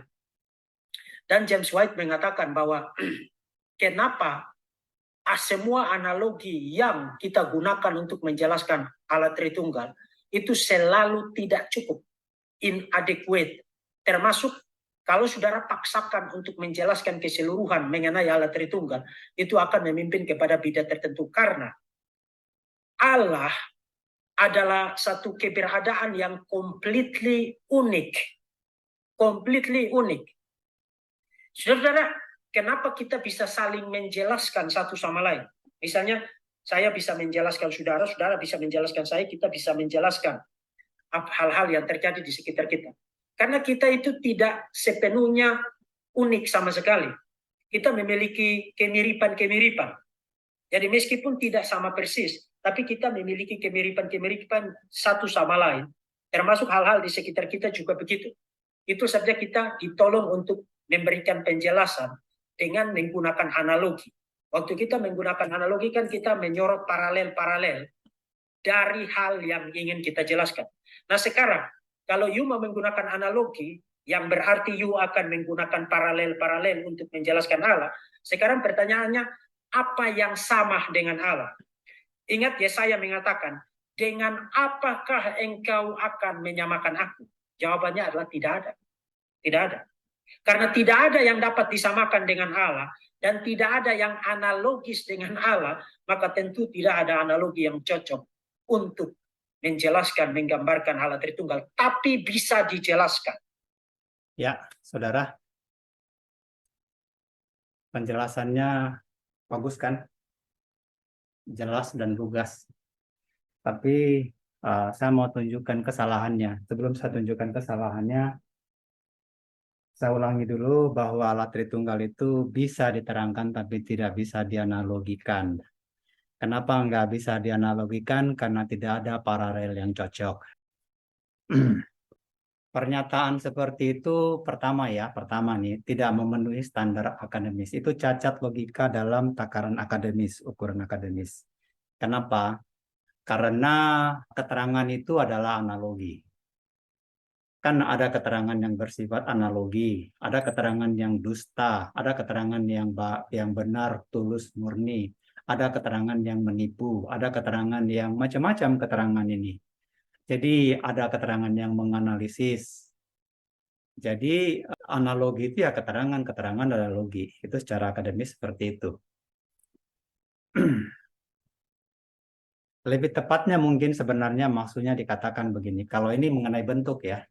Soalnya konsepnya kan dalam penuturannya Pak Diki, Allah itu kan uniknya, bentuknya pribadinya unik. Jadi karena unik nggak bisa disamakan dan tidak diparalelkan. Oke.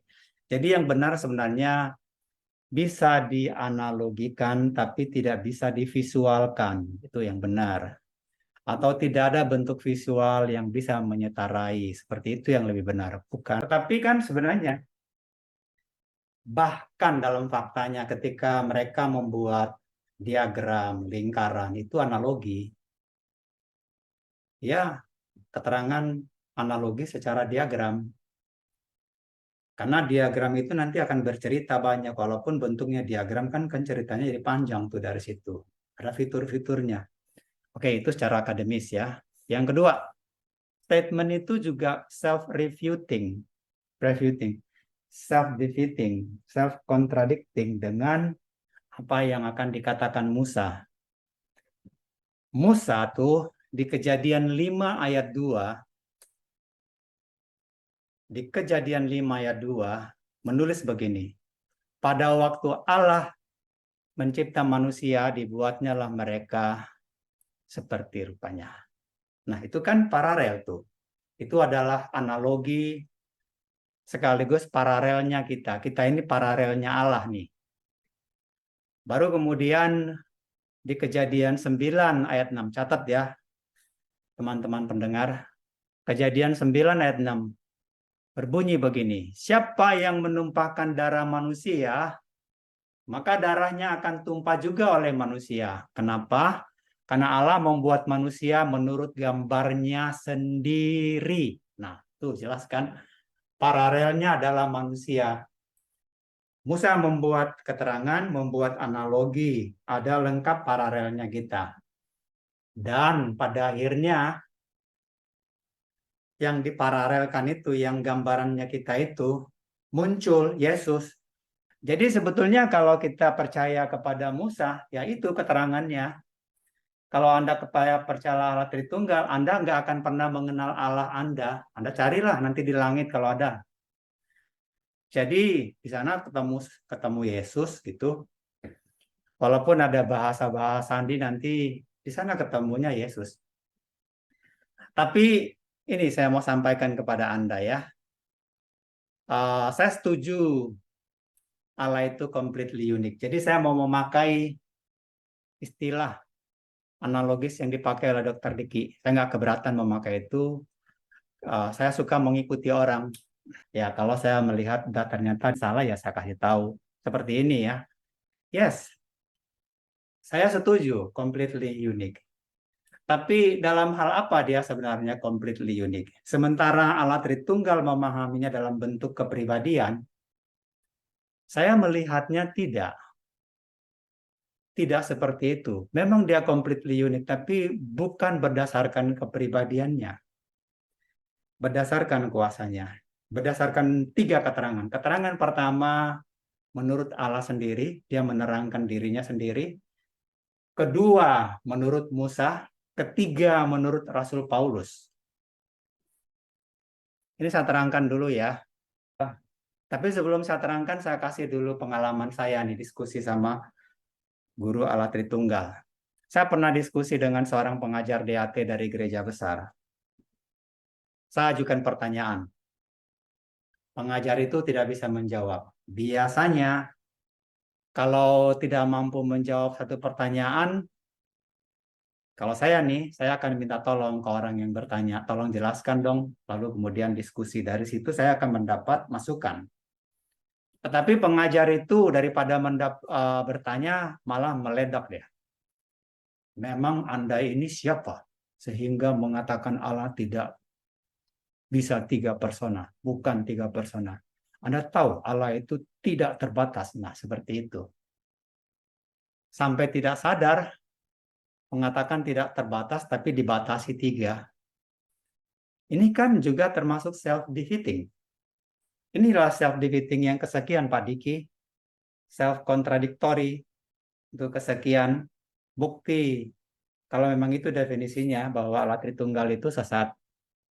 Di kesempatan lain saya ketemu lagi. Karena memang tidak bisa. Allah Tritunggal tidak akan bisa menjelaskan pertanyaannya seperti ini.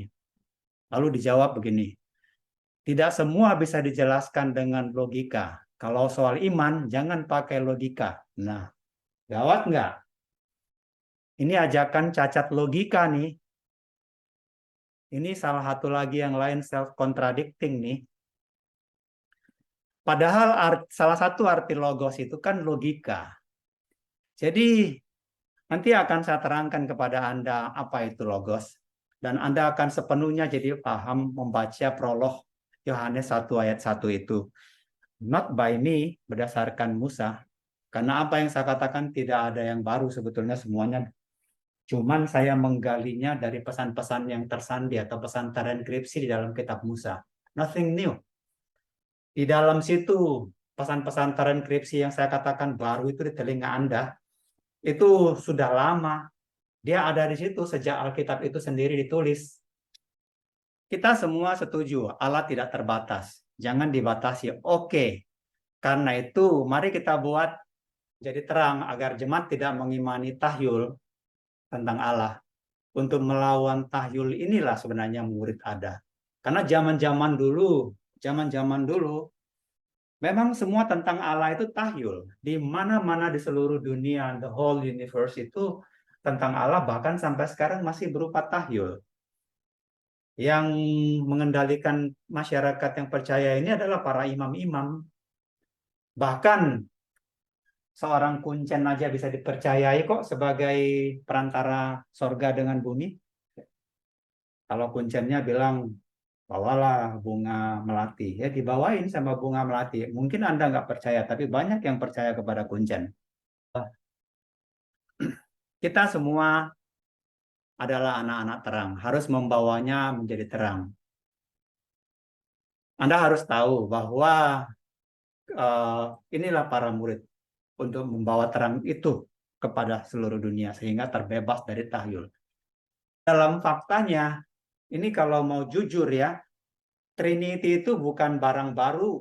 Hinduism ada Trinity. Di dalam Buddhisme juga ada Trinity. So, Duinity, Trinity, Quartes, Quintes itu sudah ada sejak lama. Tidak ada yang baru. Jadi kalau Anda mengatakan Trinity Kristen itulah yang paling unik satu-satunya tidak ada tara. Ya, orang Hindu juga bisa bikin versi cerita tentang Trinity yang hebat banget. Jadi kalau soal menang-menang cerita, ya akhirnya Allah yang kita sebut Allah cerita dong. Nanti saya akan memberikan kepada Anda satu definisi yang sangat jelas, bening tentang completely unique itu.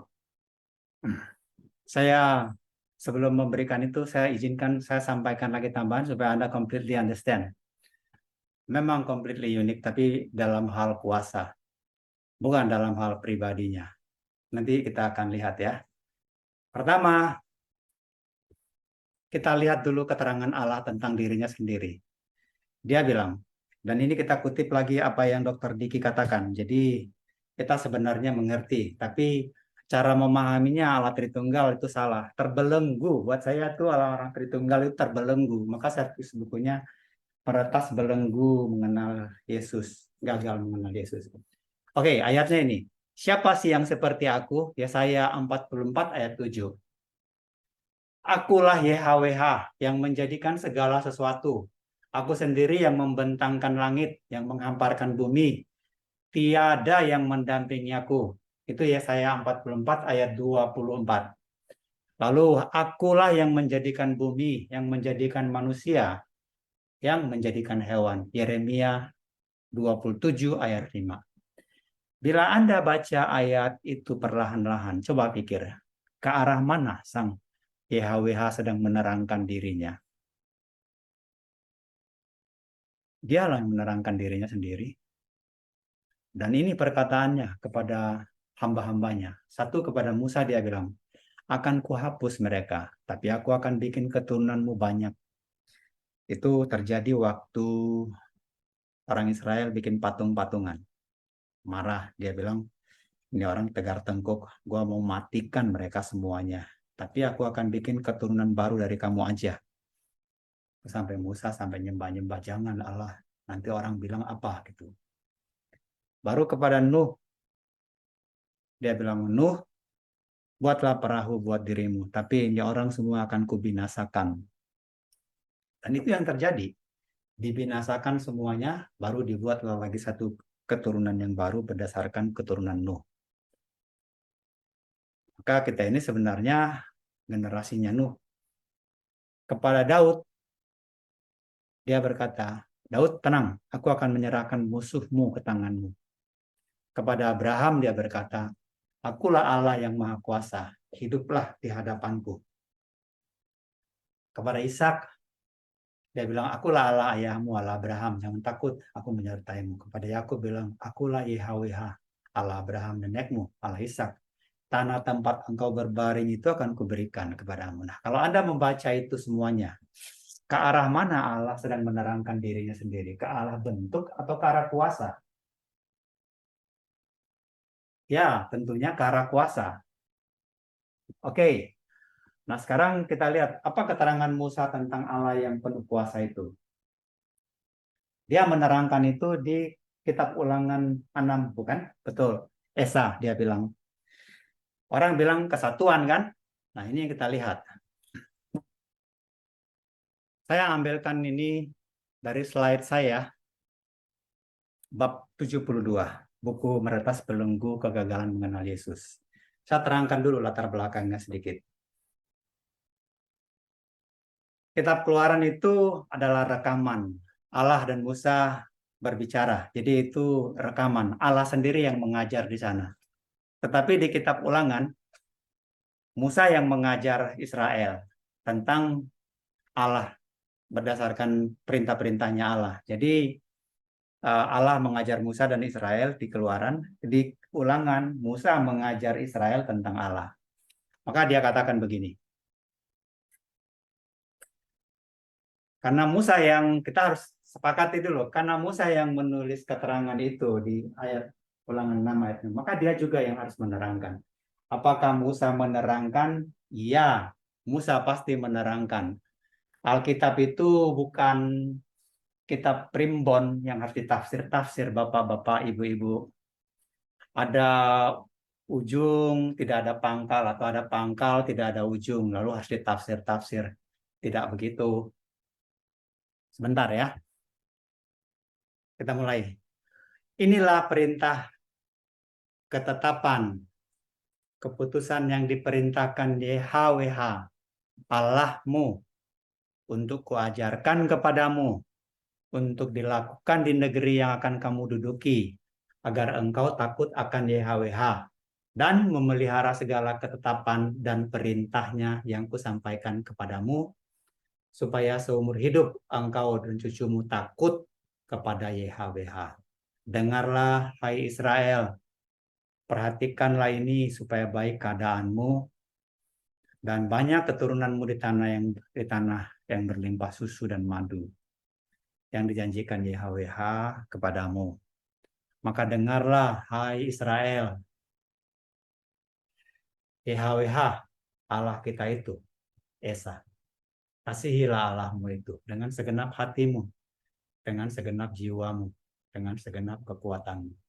Oke, ini masih ringan memahaminya kan? Artinya dia mengingatkan kita kepada hukum pertama.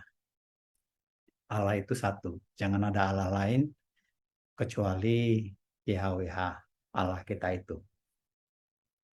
Yang paragraf kedua saya buat di situ, paragraf dalam buku saya, masih di pasal 6. Perkataan yang kuperintahkan kepadamu hari ini, tanamkan dalam hatimu. Rajinlah mengajarkan segala perintah itu ke anakmu. Bicarakan di dalam rumah, baik waktu istirahat maupun waktu kerja, baik waktu berdiri maupun waktu berbaring.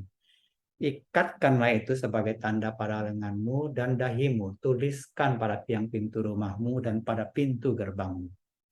Maka apabila YHWH Allahmu yang Esa itu telah membawamu masuk ke dalam negeri yang dijanjikannya dengan sumpah kepada nenek moyangmu Abraham, berhati-hatilah supaya jangan kamu lupa kepada YHWH yang membebaskan kamu dari Mesir. Hanya kepada Dialah engkau harus beribadah. Demi namanya kamu harus bersumpah untuk tidak mengikuti Allah di antara bangsa-bangsa sekitarmu. Kenapa? Karena Allahmu itu pencemburu. Bila kamu menyembah Allah lain, maka kamu akan ditimpa murka. Kalau Anda mendengar pesan ini keterangan Musa, kira-kira Musa menerangkan ini ke arah kesatuan atau satu-satunya? Ya, ini tentunya satu-satunya. Ini tentang jangan ada Allah lain, jangan ikuti Allah lain, jangan bikin cemburu Allahmu itu. Kamu harus akan beribadah kepada Dia. Ini tentu tidak ada kaitan dengan kesatuan, ini satu-satunya. Baca lagi. Ayat 7. Bila kemudian hari anakmu bertanya, apa ketetapan dan peraturan yang diperintahkan YHWH Allah kepadamu? Maka engkau harus menjawab, kita dulu adalah budak Firaun di Mesir, tapi YHWH membawa kita keluar dengan tangan besi, disertai tanda mujizat yang besar, dan mencelakakan Mesir. Firaun dan seisi rumahnya dicelakakan di depan mata kami. yang membawa kami hingga ke tanah yang dijanjikannya dengan sumpah. Dan YHWH perintahkan kami untuk melakukan ketetapan akan takut akan YHWH. Kami hanya akan dinilai benar oleh YHWH bila melakukan persis sesuai perintahnya. Ya. Jadi maksudnya jangan ada Allah lain, harus kembali kepada hukum perjanjiannya. Barulah kita bisa benar. Jadi ini ke arah mana lagi saudara? Ke arah kesatuan atau satu-satunya? Ya tentu satu-satunya. Kalau Anda baca lagi pasal 7, pasal 8, pasal 9, semuanya itu tentang beribadahlah kepadanya, jangan buat bangkit murkanya. Seperti itu selalu. Satu-satunya. Di pasal yang saya lompat ya ke pasal yang 18 terakhir. Anda baca sendiri nanti di seluruh setelah pasal 6, Anda baca pasal 7, pasal 8, pasal 9, pasal 10, Anda tidak akan menemukan kesatuan di sana, Bapak-bapak, Ibu-ibu. Anda hanya menemukan di situ satu-satunya, itu yang benar. Jadi, apabila engkau sudah masuk ke negeri yang diberi padamu oleh YHWH, janganlah engkau coba berbuat kekejian seperti yang dilakukan bangsa-bangsa itu. Kekejian itu apa? Janganlah seorang pun di antaramu mempersembahkan anak laki-laki atau anak perempuan sebagai korban api. Janganlah seorang menjadi petenung, peramal, penelaah, tukang mimpi, tukang penyihir, pemantera, ataupun seseorang yang bertanya kepada arwah, kepada peramal, atau yang meminta petunjuk kepada orang mati. Sebab orang yang melakukan hal-hal demikian adalah kekejian bagi YHWH. Oleh karena kekejian-kekejian yang demikian itulah YHWH Allahmu itu menghalau mereka dari hadapanmu. Jadi haruslah engkau hidup dengan tidak tercela di hadapan YHWH. Sebab bangsa-bangsa yang daerahnya akan kau diami mendengarkan kepada peramal, petenung, dan ala-ala. Itu doh pesannya. Nah, kalau Anda membaca pesan Musa itu, saudara, kemana? Apakah kepada kesatuan atau satu-satunya? Saya tambah lagi satu lagi. Rasul Paulus mengutip di 1 Korintus 4 ayat 20. 1 Korintus, Anda boleh catat, 4:20. Dia bilang begini, sebab kerajaan Allah bukan terdiri dari perkataan, tapi dari kuasa. Latar belakangnya itu begini, murid-muridnya dia di Korintus lapor, lalu kemudian tampaknya ada guru-guru yang mengajari mereka seperti ini, dibawa kemana. Lalu diingatkan oleh Paulus. Baru kemudian Paulus bilang, aku akan datang. Jangan sampai mereka berpikir aku nggak akan. Aku akan lihat mereka. Nah, itu kata Paulus. Baru dia bilang, kalau bicara tentang Allah, jangan cuma bicara kata-kata. Karena Allah itu, kerajaan Allah bukan kata-kata, tapi tentang kuasa. Jadi kalau Anda berbicara tentang Allah, completely uniknya, bukan dibentuknya, tapi tentang kuasanya. Sudah ada 3 kesaksian. Ini kesaksian saya katakan supaya Anda tahu bahwa sebuah ajaran itu harus ada kesaksian. Pertama, Allah bersaksi tentang dirinya, tentang kuasa. Musa bersaksi tentang Sang Allah itu kepada Israel supaya menjadikannya sebagai satu-satunya sembahan. Rasul Paulus mengingatkan para muridnya bahwa kalau kita bicara tentang Allah itu, kita nggak bicara tentang dia tentang kata-kata doang. Kalau kata hanya kata-kata, Allah itu sebenarnya kuasa, power. Oke, berdasarkan itu semua saudara, saya akan bawa Anda kepada satu penjelasan. Jadi, manakah paralel yang cocok untuk menjelaskan most completely ini dalam arah yang tadi? Kuasa satu-satunya dan bukan hanya permainan kata-kata. Harus sederhana loh. Jangan cuma ngomong rumit-rumit gitu, nggak ada guna. Paulus bilang, oke begini, Anda punya ayam jantan, saya punya ayam jantan. Semua orang punya ayam jantan. Ayam jantan itu barang biasa kan? Nah, ayam jantan Anda bisa berkokok, ayam jantan saya bisa berkokok. Tapi ayam jantan saya itu, saudara, bisa bertelur. Bisa juga masak Indomie telur, bahkan bisa bikin martabak telur. Ada ayam yang lain nggak gitu? Lalu dia bisa nyanyi, bisa main gitar, bisa main piano, bisa mencipta langit dan bumi, bisa membuat air bah, bandang, banjir. Nah, sekalipun bentuknya sederhana, cuma ayam. Tapi apakah ada ayam yang seperti itu? Ayam jantan yang lain? Tidak ada, saudara. Itulah yang namanya most completely unique. Dia tidak bertara, memang dia unik dalam tidak ada tara, artinya dia tunggal dalam segala hal, tidak ada yang menyetarakan dia dan disetarai. Satu-satunya sang penguasa dan satu-satunya yang mencipta langit dan bumi yang berkuasa. Nah, Anda lihat paralelnya si Nabi kita Musa.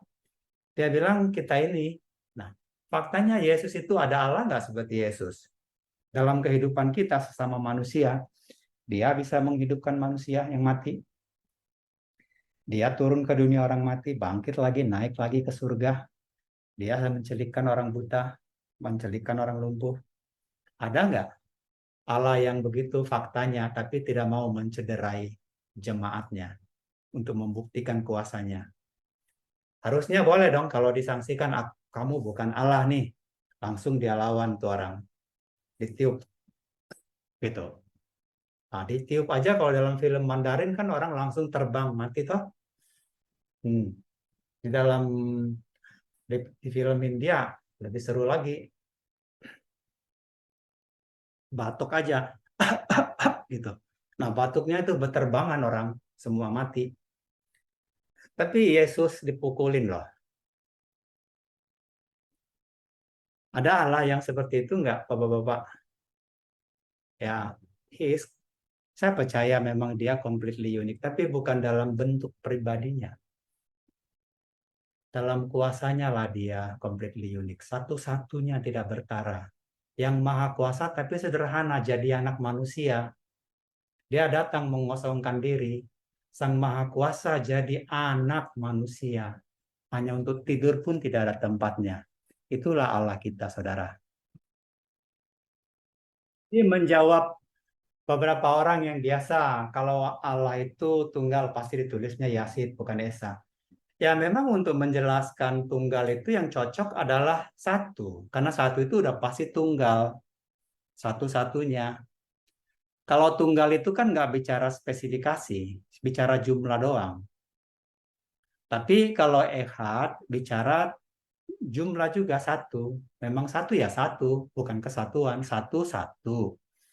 Tapi selain satu juga dia menunjukkan hal yang lain, yaitu setelah satu lah baru ada angka lain dua. Artinya dialah yang awal. Itu kan jadi benar semuanya, ehad. Bicara soal bilangan, memang tidak ada bilangan sebelum satu. Bicara waktu juga begitu. Jadi bicara kuasa juga begitu. Dia yang paling pertama, yang paling utama. Satu-satunya yang tidak ada setara dengan dia. Number one. Seperti itu. Nah, kalau dalam begitu tidak bertara, disitulah dia tunggal. Karena pengertian tunggal di sini tidak ada setara dengan dia. Dan satu-satunya itu artinya tunggal tuh. Bukan kesatuan, satu-satunya tuh artinya tunggal. Nggak ada yang menyetarai, nggak ada yang seperti dia, nggak ada yang menyerupai dia, karena satu-satunya. Jadi memang Musa sudah menulisnya ehad dan dia sudah terangkan. Saudara, bagian ini saya anggap sudah selesai. Saya sudah menerangkan kepada Anda most completely unique. Seperti yang diinginkan oleh Dr. Diki Gadas. Dia bukan completely unique dalam bentuk pribadi, tetapi dalam kuasanya. Kita akan sambung satu lagi bukti kesalahan Allah Tritunggal yang lain. Satu lagi nih. Selalu Pak bingung, Tuhan, Yahweh dalam PL sering dianggap sebagai personal name. Lalu Yahweh di dalam PL itu personal name dari pribadi Bapa dan Anak dan Roh Kudus. Yes, Yahweh itu adalah personal name. Lebih tepatnya adalah covenantal name, nama covenantal. Karena waktu Yahweh mengadakan perjanjian dengan Abraham, dengan Israel, itulah nama yang dia perkenalkan ya di burning bush itu, semak belukar yang menyala-nyala itu, itulah nama yang dia perkenalkan. Kalau Israel bertanya tentang siapakah namamu atau apakah namamu, Lalu Yahweh mengatakan, akulah aku yang mengutus engkau. Jadi itulah nama yang diperkenalkan oleh Yahweh dalam kavenannya dengan umat. Yang sering membuat orang bingung adalah kalau itu personal name, kok bisa 3 pribadi itu memiliki nama yang sama? Nama yang satu.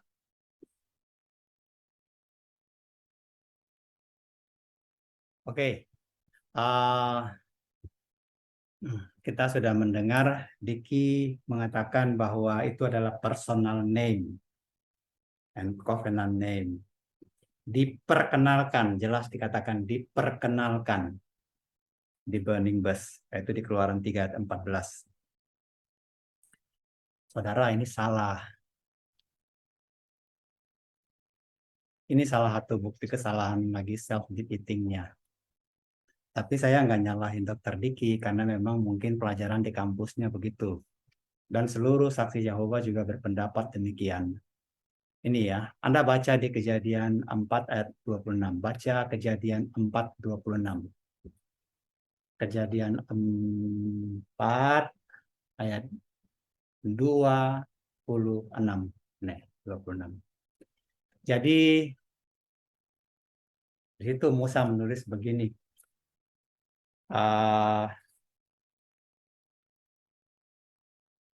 Si Adam melahirkan si ini melahirkan si ini melahirkan ini, terakhir melahirkan Henok. Baru dikatakan dari zaman Henok itulah orang mulai memanggil YHWH. Itu Musa yang tulis loh. Dan yang Musa juga yang menulis kitab Kejadian 8 ketika dia membuat air bah. YHWH tulisnya tuh menutup pintu perahunya si Nuh. Jadi kesimpulannya nama YHWH itu bukan nama baru yang diperkenalkan di Keluaran 3 ayat 14. Karena ternyata saya lihat di dalam jam saya ini sudah 2 jam. Anda baca saja di bukunya saudara. Anda cari di buku toko buku Immanuel. Lalu atau Anda boleh melihat nanti di channel saya lagi bikin satu studi untuk menolong jemaat. Ya, sampaikan juga kepada saudara-saudara lain untuk kita belajar bersama dari Nabi Musa. Lalu kemudian saudara, mengenai nama YHWH itu sebenarnya memang teka-teki. Ada cerita lebih panjang lagi yang bisa saya jelaskan, tapi akan sangat kepanjangan. Anda sebaiknya baca di buku ini. Saya anggap saya hanya membuktikan saja bahwa kesalahan itu bukan hanya kesalahan Dr. Diki.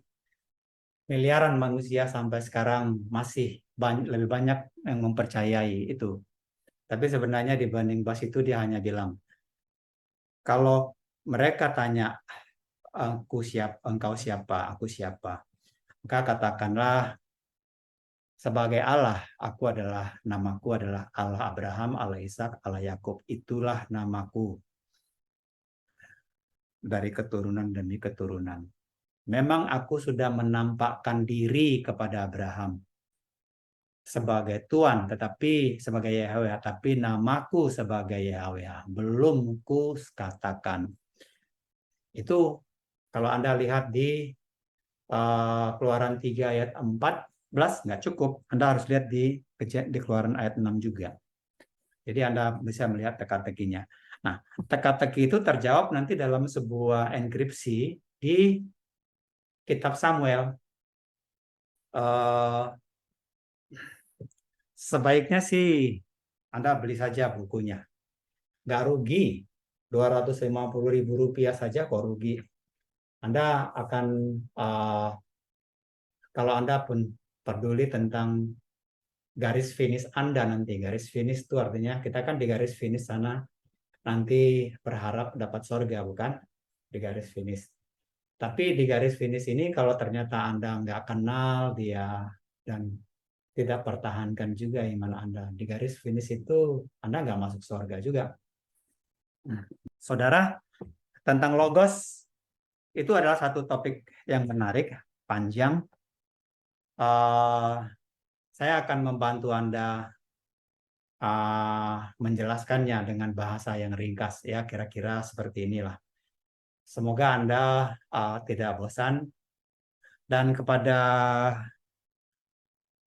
guru-guru, kepada hamba-hamba Allah, saya menyarankan supaya baca buku Peretas Belenggu Kegagalan Mengenal Yesus. Kita semua sudah belajar dari guru-guru kita. Udah belajar dari Tertullianus, yes. Athanasius, ya. Arius, entah dari siapapun yang lain itu penting. Tetapi Anda penting juga dong belajar dari sumber yang paling utama, yaitu dari Nabi Musa.